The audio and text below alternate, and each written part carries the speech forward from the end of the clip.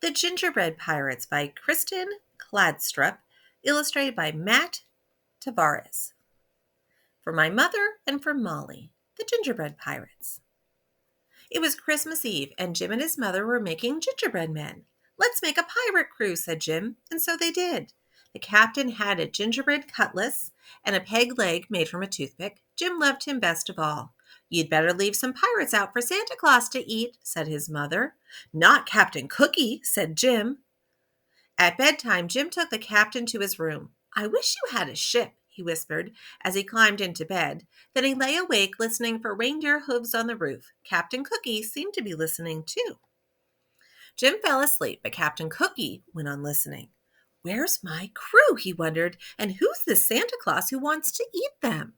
When the house was quiet, he swished his cutlass through the air. He tested his peg leg. Tap, step, tap, step, tap, step. He climbed down into darkness. Then he ran, step, tap, step, tap, step, tap. He ran until he came to a cliff. He dropped his cutlass over it, then followed. He found his cutlass and then another cliff. So he did it again, one cliff after another until he reached the bottom. Then Captain Cookie had a shock. A mouse was nibbling on his cutlass. "Why, it's half gone," cried the captain. He grabbed the cutlass and slashed at the air. "Oh, it's ruined," he moaned, and off he went. Stomp tap, stomp tap, stomp tap. "Merry Christmas," called the mouse. "Christmas? What's that?" thought the captain. Then he turned a corner and saw something that astonished him.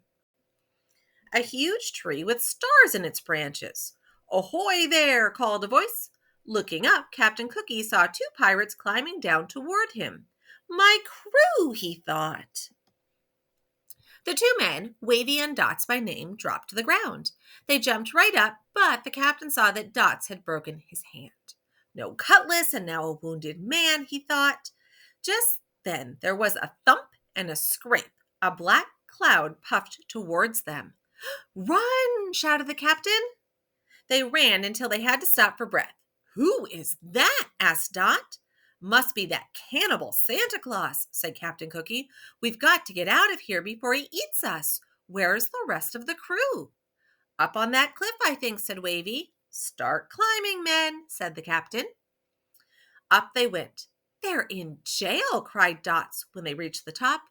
"Save us!" cried the pirates. Wavy and Dots kicked at the prison walls. They tried in vain to move the roof.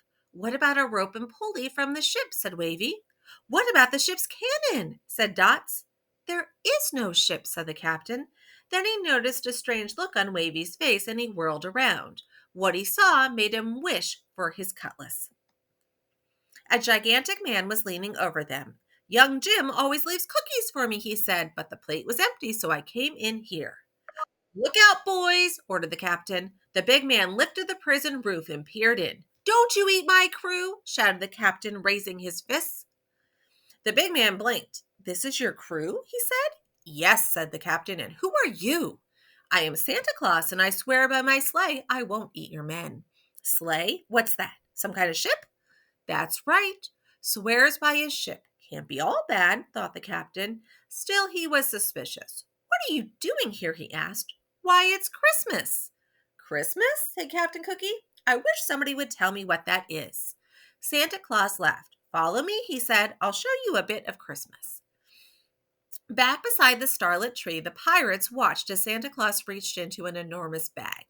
"What have you got there?" the captain began.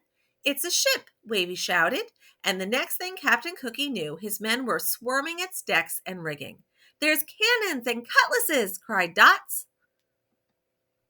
The sky glittered with stars. The captain rubbed his eyes. Real pirates, he thought, and a real ship.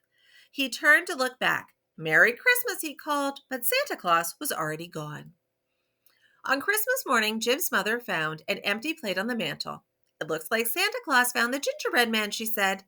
But Jim was admiring his presents. His favorite was the pirate ship and its pirate crew. The captain had a cutlass and a peg leg, and Jim loved him best of all.